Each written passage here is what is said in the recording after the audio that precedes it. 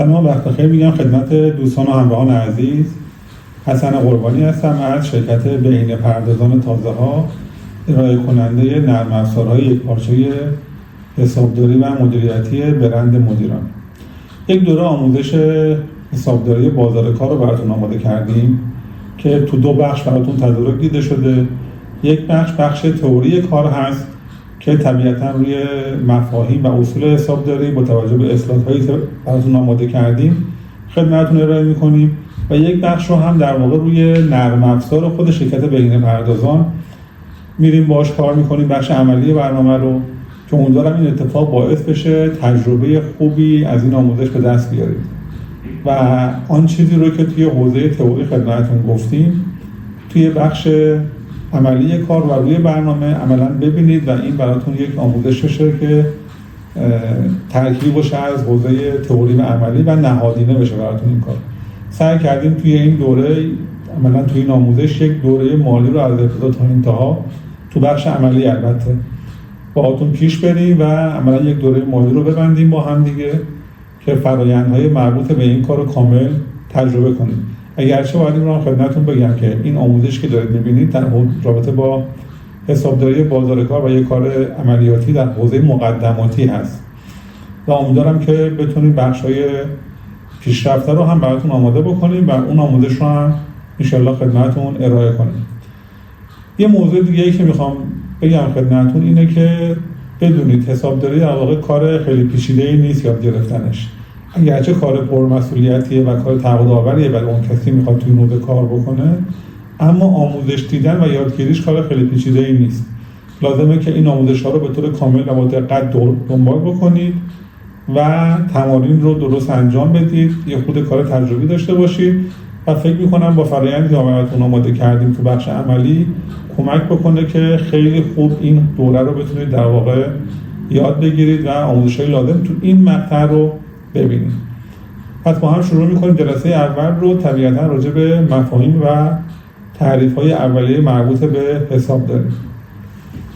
خب دوستان عزیز، با توجه به توضیحاتی که خدمتتون دادم وارد بخش تئوری کار میشیم. امیدوارم این بخش رو زودتر بتونیم با هم تموم کنیم. چند جلسه‌ای که راجع به بحث‌های تئوری و تمریناتش هست که بتونیم زودتر برسیم به بخش عملی کار که عرض کردم خدمتتون روی برنامه حسابداری شرکت بهینه پردازان این کار رو انجام میدیم که اونجا هم راحت‌تر با فراینده کاری و آموزش نرم افزار آشنا بشید. بنابراین تو این بخش ما شروع میکنیم جلسه اولمون رو از بخش آموزش مقدماتی حسابداری براتون و با بخش تئوری و تعریف هایی که برای حسابداری هست پیش میریم. جلسه اولمون رو با این عناوین در واقع شروع میکنیم و راجع به اینا با هم صحبت میکنیم تا بیشتر با این بخش ها آشنا بشید. تعریف حسابداری و اهداف اون، تعریف گزارش های حسابداری، آشنایی با مفروضات و اصول حسابداری به همراه تعاریف برخی از اونها و انواع فعالیت ها و مالکیت شرکت ها در حسابداری. تعریف حسابداری از نظر دوستانی که صاحب نظر هستن به دو بخش تقسیم میشه. یه بخش تعریف قدیمش که در واقع نگه داشتن و ثبت اطلاعات معاملات شرکت هاست و نگهداری اونها، ولی چیزی که الان به عنوان تعریف جدید حسابداری مطرح میشه اینه که میگیم حسابداری بخشی از علم اقتصاده که برای طبقه بندی، ثبت اطلاعات و کنترل حسابهای یک شرکت، یک بنگاه اقتصادی در واقع کار رو انجام میده که مالکان اون بتونن از اون اطلاعات و گزارش هایی که از اونها بیرون میاد استفاده کنن، که میشه در واقع این موضوع همون تعریف هدف حسابداری. هدف اصلی که حسابداری داره اینه که بگیم ما از این کاری که انجام میدیم، از ارائه اطلاعات مالی، طبقه بندی و ثبت و نگهداری اونها، میخوایم برسیم به اطلاعاتی شفاف، دقیق و به موقع برای مدیران که بتونن از اونها تحلیل‌های بازار کارشون رو به دست بیارن و تصمیم‌های درست و به موقعی رو برای کسب و کار خودشون بگیرن. و در واقع میتونیم بگیم که حسابداری یک نوع کمک خیلی مهم میتونه بکنه به سیستم مدیریتی یک کسب و کار و یک بنگاه اقتصادی. اگرچه خود فرایند حسابداری برمیگرده به ثبت و نگهداری اطلاعات، اما همونطور که عرض کردم اون چیزی که توش مهمه اینه که این فعالیت باید منتج شه به گزارش هایی که از این کار در میاد.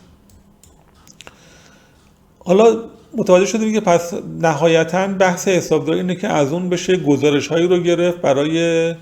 چه به عنوان کنترل حساب های فیما بین با شرکت ها و چه به عنوان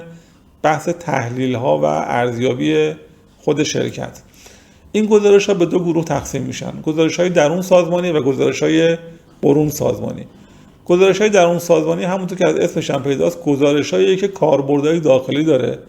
و برای بخش های مختلف یک سازمان مورد استفاده قرار میگیره. این بخش ها میتونن شامل بخش های برنامه‌ریزی، تدارکات، تولید،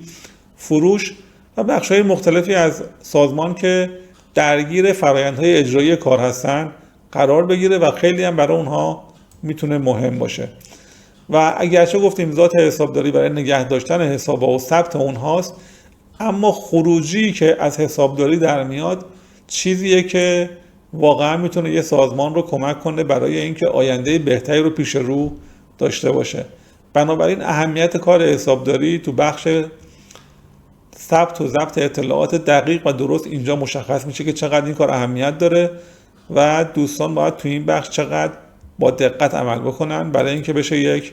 گزارش دقیقی رو به یک سازمان ارائه کرد که مدیران بتونن بهره برداری لازم رو از اون داشته باشن. گزارش‌های برون سازمانی هم همونطور که از اسمش معلومه گزارش‌هایی که برای خارج از سازمان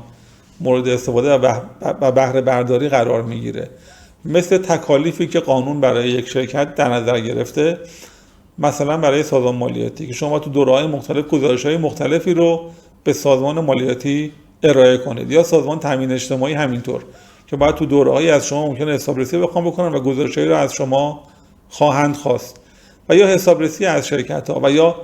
گزارش‌هایی که ممکنه به خاطر مراودات مالی خودمون لازم باشه به بانک‌ها و مؤسسات مالی ارائه کنیم، و یا گزارشاتی که برای سهامداران بیرونی در واقع ما باید تنظیم کنیم و ارائه کنیم، مثلا شرکتایی که تو بورس هستن و شرکت‌های بورسی هم باید تو دوره‌های مالی خودشون گزارشاشون رو برای تقسیم سودشون یا هر بحثی که دارن به سهامدارا ارائه کنن. پس مجموع این موارد اینجوری میشه گفت به عنوان گزارش‌های برون سازمانی ما ازش یاد می‌کنیم و میشناسیم. اما اگرچه این اطلاعات با توجه به تکالیف قانونی و شرایطی که هست برای شرکت‌ها مهم هستند، اما باز هم عرض می‌کنم و تأکید می‌کنم روی این موضوع که گزارش‌های درون سازمانی با توجه به اینکه دائما تکرار میشن و یک گزارش و یک روند شاید هر روزه تو بحث کاری باشه، حائز اهمیت بیشتری هستن و بیشتر مورد استفاده قرار میگیرن در شرکت‌ها، چون عرض کردم میتونن باعث تصمیم سازی‌های مهم بشن برای مدیران تو روند کارشون و اینکه آینده رو بهتر پیش بینی کنن. با توجه به اینکه متوجه شدیم چقدر این گزارش‌ها توی بحث حسابداری و توی این کار اهمیت دارن، پس لازمه که بدونیم چجوری باید این کارا رو انجام بدیم و این گزارش‌ها چجوری باید در واقع اطلاعات رو ثبت کنیم که بتونیم این گزارش‌ها رو استخراج کنیم. پس لازمه با یه سری مفروضات و اصولی که توی بحث حسابداری هست آشنا بشیم که اینا در واقع میشه همون قواعد و قوانینی که دلالت داره بر چگونگی ثبت و نگهداری عملیات حسابداری و اطلاعات مرتبط با این موضوع که باید یک پارچه باشن، شفاف باشن، به گونه‌ای که قابل بهره برداری و قابل مقایسه باشن برای مدیران سازمان برای تصمیم گیری هاشون. که این اصول من تعدادشون رو خدمتتون میگم با توضیحاتش، بعضی ها رو هم در روند کار و کلاسایی که در آینده خواهیم داشت با هم باشون آشنا خواهیم شد. یک، اصل تحقق درآمد. در این اصل در واقع اشاره به این داره که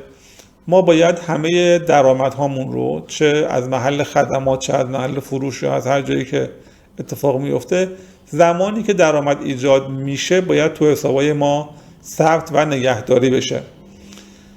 چه این درآمد نسیه باشه، چه نقد باشه، چه تعهدی. وقتی این ما کالایی رو تحویل میدیم یا خدماتی رو به مشتری ارائه میکنیم،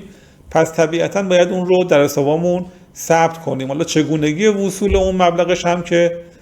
به موقعش راجع بهش صحبت خواهیم کرد که یا تعهدی باشه چگونه انجام خواهد شد. 2 اصل بهایی تمام شده. تو این اصل بحث این هستش که ما باید هر چیزی رو که داریم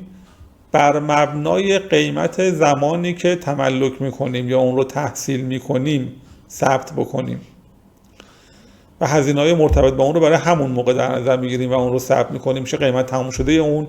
کالا در دفاتر حساب ما.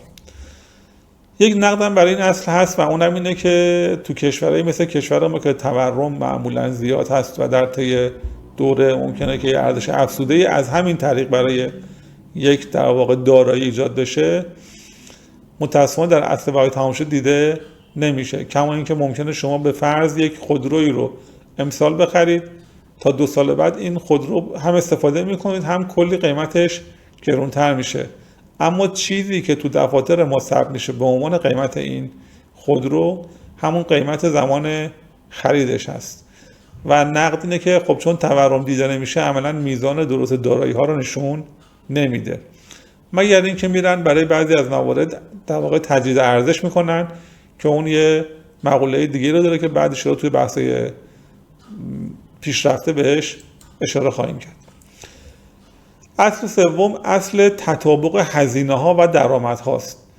این اصل در واقع منظورش اینه که ما باید درآمدهامون رو و هزینه هامون رو در یک دوره مشخص در نظر بگیریم و در همون دوره مالی ثبت بکنیم که بتونیم به این روش برای اون دوره مالی و اون فعالیت تو اون دوره زمانی شده گزارش دقیقی از سود و زیان ارائه کنیم که بگیم آقا درآمدمون چقدر بوده، هزینه‌های همون دوره و مرتبط با همون دوره چقدر بوده و نهایتاً منتج بشه به اینکه سود اون دوره یا زیان اون دوره چقدر بوده برای خودش، که تداخلی با بحث‌های دیگه ما هم نداشتن کار دیگه. اصل چهارم اصل افشاء کامل هست که این اصل هم اشاره داره برای اینکه بر مبنای این از کلیه رویدادها باید به صورت شفاف و کاملا صادقانه در حساب‌ها و اطلاعات نگهداری بشه که برای همه در واقع کسانی که از این گزارش‌ها یا از این اطلاعات استفاده می‌کنن قابل اعتماد و در دسترسشون باشه. 5 اصل تفکیک شخصیت هست که یکی از مهمترین اصلاست توی بحث حسابداری. ما توی این اصل میگیم که آقا هر واحد تجاری صرف نظر از اینکه مالکش کیه یا چند نفرن باید یک شخصیت کاملا مستقل داشته باشه، چرا که ممکنه یک مالکی چند تا شرکت داشته باشه. ما اصلا قرار نیست همه اینا رو با هم نگه داریم. هر شرکتی به لحاظ درآمد، هزینه و تکالیفی که داره کاملا مستقل در نظر گرفته میشه و همه اطلاعات مالیش هم جداگانه نگهداری میشه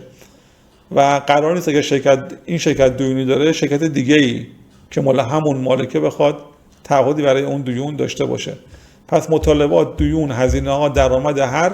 واحد تجاری مربوط به خودش میشه و به شخص ثالث دیگه ارتباطی نداره. باید اینا رو کاملا مستقل از هم بدونیم. اصل عینیت. در این اصل هم بحث اینه که ما باید کلیه وقایع رو بر اساس اسناد و مدارک مثبته موجود در واقع ثبت بکنیم، بدون از هر نوع قضاوت و اظهار نظر شخصی که بخواد تاثیرگذار باشه روی اون مدارک و اطلاعاتی که ما داریم نگهداری میکنیم. اصل استمرار یا تداوم فعالیت. تو این اصل میگیم که در واقع ما شواهدی رو نبینیم که شرکت ممکنه که از بین بره یا تعطیل بشه، چون طبیعتاً روند نگهداری اطلاعات و گزارش‌دهی تو دوره‌های بلند مدت و دوره‌های پایدار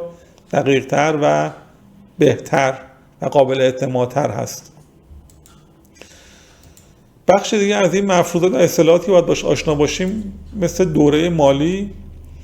که منظور همون شروع و خاتمه دوره کاری مالی هست که معمولاً تو کشور ما از ابتدای سال تا انتهای سال که 1 سال شمسی محسوب میشه در نظر گرفته میشه. اگرچه برخی از شرکت ها هستن شرایطشون به گونه‌ای که نیم سال در نظر میگیرن یا سال مالیشون ابتدای سال و انتهای سال نیست، از وسط سال تا وسط سال بعدیه. و این برمیگره به اون چیزی که توی در واقع اساسنامه‌شون ثبت کردن، ولی منظور همون شروع و خاتمه فصل کاری که دارن هستش. تعهدی بودن حساب هم که مشخصه. بحث قابلیت اندازه‌گیری بودن هم عرض کردم که اینا باید قابلیت اندازه‌گیری باشه به خاطر اینکه قابل مقایسه با هم باشه، که تو کشور ما هم عملاً شما تو بحث حسابداری از واحد ریال استفاده میکنیم، منهای بحث مسئله انواع و تعداد این بحثی که داریم. تو خود بحث حسابداری و مقیاس برای ثبت اطلاعات و حساب‌ها ریال هست. خصوصیات صنعت، این برمیگرده به اینکه ما با توجه به فعالیت‌هایی که داریم و نوع شرکت و کاری که اونا انجام میدن، فرآیندهای حسابداری اونا ممکنه با هم یه مقداری تغییر بکنه، اگرچه چارچوب و اصول همه اینها با هم یکی هست و به یک روند پیش میره، اما بعضی شرکت‌ها ممکنه که یه بخشایشون پیچیده تر باشه. ما تعداد از این اصول و مفروضات حسابداری خدمتتون گفتیم که در واقع بخشای مهمش هم بود. بخشای دیگر هم عرض کردم توی کار با هم باز تو روندی که میریم آشنا میشیم و اونها رو توضیح خدمتتون خواهم داد. بحث انواع شرکت ها به لحاظ نوع فعالیت و نوع مالکیت شرکت ها از نظر حسابداری، ما دیگه بخوایم از نظر نوع فعالیت شرکت ها رو در نظر بگیریم که این بخش خودش باعث میشه یا کمک میکنه به اینکه شما متوجه بشید چه نوع فرآیند و چه نوع کاری رو باید تو بحث حسابداری استفاده بکنید. میشه گفت شرکت های بازرگانی که بخش داخلی و خارجیش رو دارن، شرکت های خدماتی، شرکت های تولیدی، شرکت های پیمانکاری و شرکت های دولتی هستن. اینا کلیت فعالیت هایی هستش که ما توی بخش های حسابداری ازش استفاده میکنیم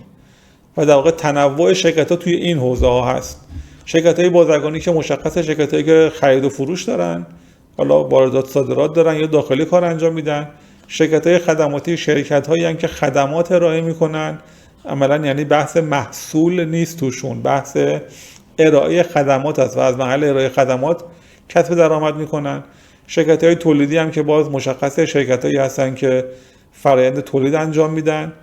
و ما تو بحث حسابداری حتی اگر شما یک کالایی رو داشته باشید، اون کالا رو به صورت فله یا باز بگیرید و فقط بسته بندیش بکنید، این خودش میشه عملا یه فرآیند تولید. حالا ما این رو شما تولید در نظر بگیرید تا شرکت های خیلی بزرگ و معظمی که سیستم های تولیدی پیچیده‌ای دارن برای کاراشون و ساختارهای خیلی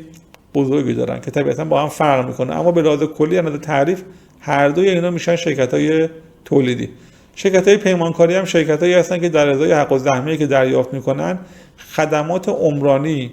یا خدماتی رو باز ارائه میکنن که تو قالب قراردادهای پیمان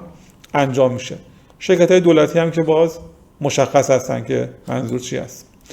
حالا اگه بخوایم اینا رو از نظر مالکیت در نظر بگیریم، به 3 بخش تقسیم میشن: بخش عمومی، بخش خصوصی و بخش تعاونی. اینا هم باز از خود عناوین کاملا مشخصه که بخش عمومی بخشای در واقع دولتی محسوب میشن، که بخش خصوصی که باز مشخصه شرکتی که توسط بخشای خصوصی ارائه میشه و با عنوان شرکت مساطحی محدود، شرکت سهامی خاص، شرکت‌های تضامنی شما ممکن اینا رو ببینید. و بخش تعاونی هم که شرکت‌های بزرگی هستن که سهامداران زیادی دارن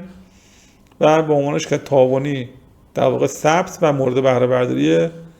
قرار میگیرن. حالا یه موضوع هم هست توی این که میگیم آقا یه بخشی هم دارن تقسیم بندی میکنن به لحاظ اینکه شرکت‌های انتفاعی و غیر انتفاعی هستن.